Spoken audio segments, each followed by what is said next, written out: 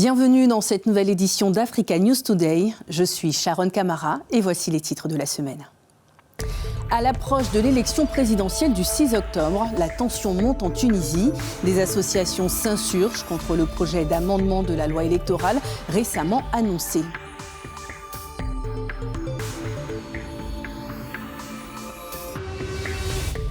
Des groupes d'autodéfense pour combattre le M23. En République démocratique du Congo, les Wazalendo veulent mettre fin au climat de peur imposé par les rebelles.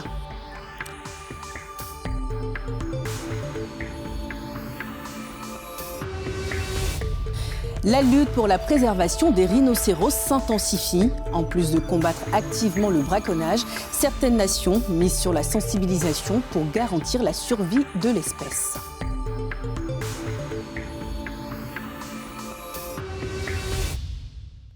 Alors que la campagne pour la présidentielle du 6 octobre prochain bat son plein, la tension monte en Tunisie du côté de la population. En cause, le projet d'amendement de la loi électorale qui, pour de nombreux citoyens, pourrait avoir un lourd impact sur le déroulé du scrutin. À 2 semaines des élections présidentielles en Tunisie, la tension ne faiblit pas.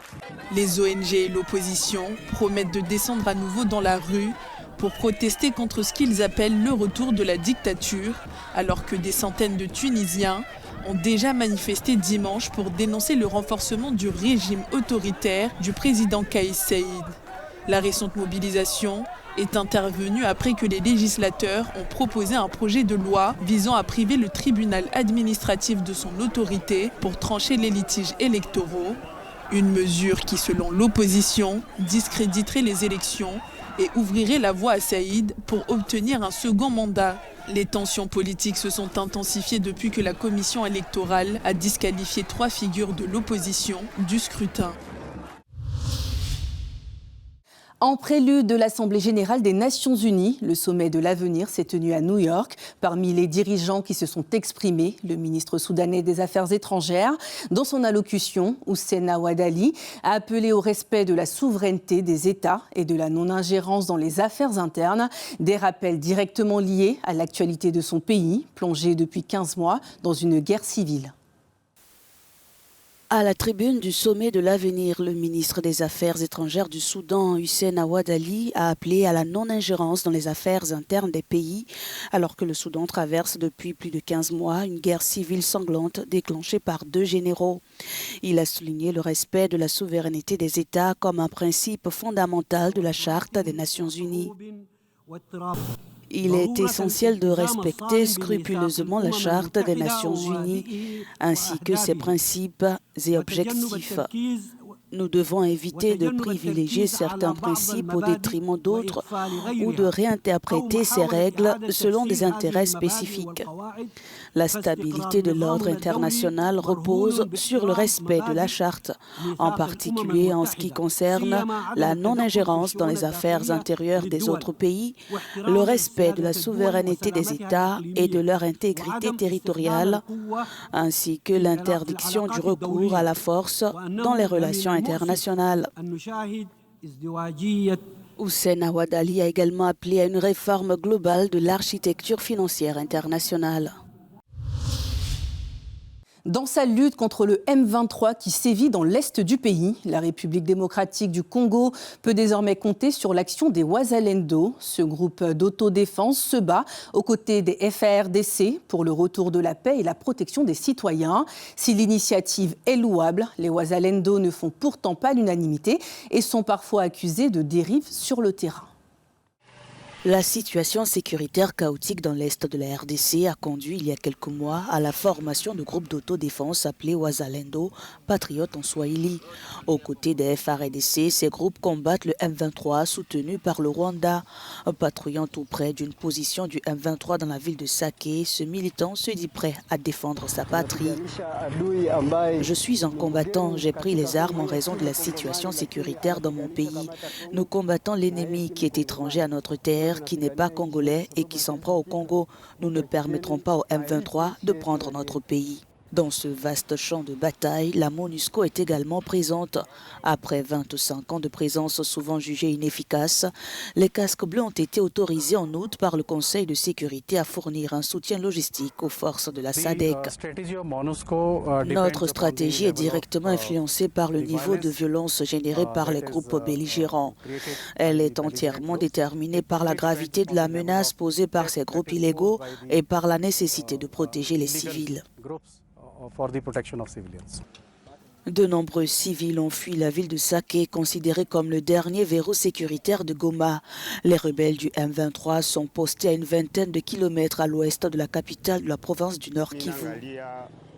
Je vois l'ennemi sur l'autre colline. Ici chez moi, il y a les Wazalendo, l'un des groupes armés qui combattent les rebelles du M23, ainsi que les FARDC. Je ne sais pas si je devrais rester chez moi alors que l'ennemi est si proche. Les affrontements récurrents, les massacres de civils, les déplacements massifs font partie du quotidien de la population du Nord Kivu. À cela s'ajoutent les dérives de certains Wazalendo régulièrement accusés d'incivisme, de torture et d'agression. Que faire pour protéger les rhinocéros et garantir leur survie? Au Kenya, des spécialistes multiplient les actions pour lutter contre le braconnage et préserver les différentes espèces. Cela passe notamment par des actions de sensibilisation. Une Afrique sans rhinocéros est inimaginable pour de nombreux conservateurs. Au Kenya, la population de ces mammifères a augmenté, passant de 380 individus en 1986 à 1000 aujourd'hui grâce à la création de sanctuaires de protection. Cependant, malgré ce progrès, la menace reste constante. D'un point de vue économique, les rhinocéros sont parmi les plus grands attraits touristiques et font partie des Big Five. Il existe aussi des raisons sociales et culturelles qui rendent essentiel leur maintien. Pouvez-vous imaginer une Afrique sans rhinocéros? Une Afrique où nous devrions dire à nos enfants « Autrefois, nous avions ce grand animal, voici sa photo. Quelle honte ce serait !» Notre génération doit se demander pourquoi nous avons laissé disparaître ces rhinocéros empruntés aux générations futures. Philippe Morouti propose diverses stratégies pour protéger les rhinocéros, entre autres des campagnes visant à réduire la demande de cornes. Dans ce musée au Kenya, l'urgence d'agir pour protéger ce qui reste de ces créatures emblématiques a poussé à taxidermiser et préserver le corps de Soudan, le dernier mâle rhinocéros blanc du Nord, l'une des sous-espèces du rhinocéros blanc.